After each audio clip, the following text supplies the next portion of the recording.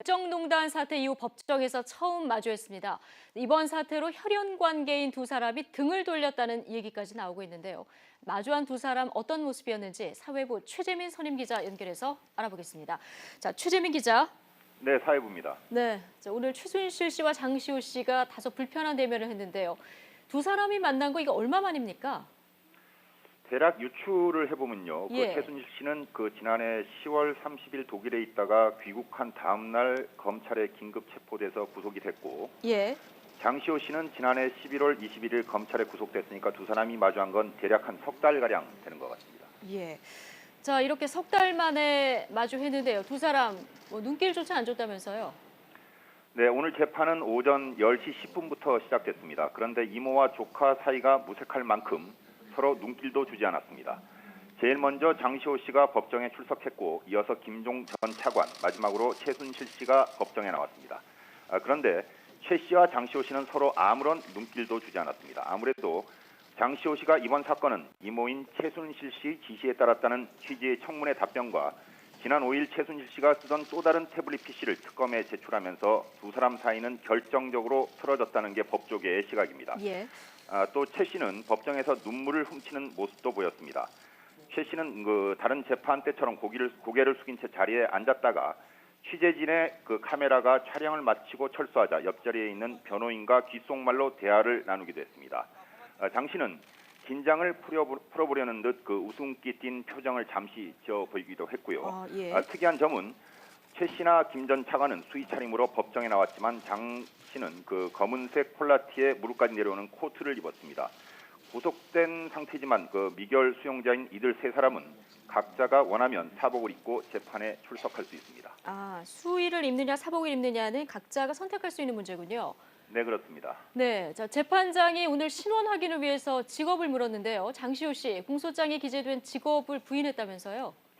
그렇습니다. 장시호 씨는 재판장이 신원 확인을 위해서 직업을 물었는데 공소장에 기재된 한국동계스포츠센터 사무총장 대신 가정주부라고 답했습니다.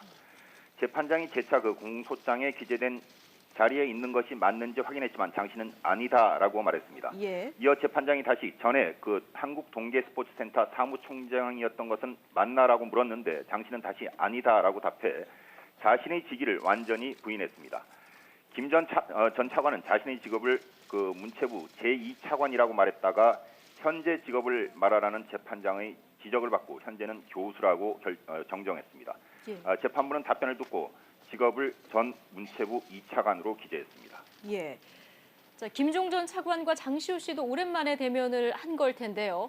검찰이 오늘 제시한 증거물 가운데서 장시호 씨가 사용하던 금고에서 나온 파일이 있었는데요. 이 김종 전 차관하고 장시호 씨의 친밀함을 알 수 있는 그런 증거물이라면서요?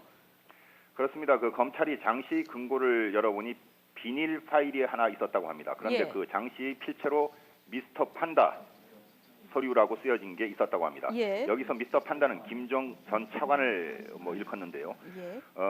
장 씨가 김종 전 차관을 별명을 미스터 판다라고 부른 겁니다. 검찰은 그만큼 장 씨와 김종 전 차관이 친밀한 관계였다는 것을 보여주는 증거라고 보고 있습니다. 예. 자, 그리고 오늘 재판에서 또 하나 주목되는 부분, 세 사람 모두 국민 참여 재판을 원하지 않는다 이렇게 얘기를 했다면서요? 그렇습니다. 재판장이 이 사건은 합의부 재판이라 국민 참여 재판으로 할 수 있는데 지난 공판 기일에서는 변호인들이 원치 않았다면서 피고인들도 원치 않는지 직접 확인했습니다. 그러면서 국민 참여 재판으로 진행하길 원하느냐며 장시호 씨에게 제일 먼저 물었는데 장 씨는 아니다라고 짧게 답했고 이어서 김종 전 차관과 최순실 씨도 원치 않는다고 차례로 답했습니다. 네, 세 사람 모두 국민 참여 재판 원치 않는다. 겉으로 내세우는 이유는 뭡니까? 아무래도 유리할 게 없다고 판단한 것 같습니다. 예. 이 사건이 국민의 공분을 사고 있는 만큼 국민 참여 재판이 오히려 법적인 판단보다는 정서적인 것이 더 많이 작용할 것이라며 오히려 불리하다고 생각한 것 같습니다. 네. 자, 최재민 기자, 지금 재판, 특검 조사, 헌재 증인 출석 너무 많아서요. 자, 오늘 재판에서 세 사람이 받는 주요 혐의는 어떤 겁니까? 네, 세 사람은 삼성그룹과 문체부 산하 그랜드 레저 코리아라는 곳이 있는데요. 예. 이곳에 이제 압력을 행사해서 장 씨가 운영하는 한국 동계스포츠 영재센터에 각각 16억 2,800만 원과 2억 원을 후원금 명목으로 지급하게 한 혐의를 받고 있습니다. 예. 장 씨는 문체부에 허위로 사업 보고서를 작성해서 7억 1천만 원의 국가 보조금을 받고 영재센터 자금 3억 원을 더 스포츠 M의 운영비로 사용한 혐의도 받고 있습니다. 예. 그 앞서 열렸던 공판 준비기일에서는 세 사람 모두 대부분 혐의 사실을 부인했었는데요. 자, 장 씨는 일부 혐의를 인정을 했다면서요? 네, 그렇습니다. 그 장 씨는 삼성의 영재센터 후원금을 강요한 것을 인정했습니다. 또 영재센터 자금을 횡령한 것도 인정을 했는데요. 그러면서 횡령액을 모두 갚겠다고 재판부에 답했습니다.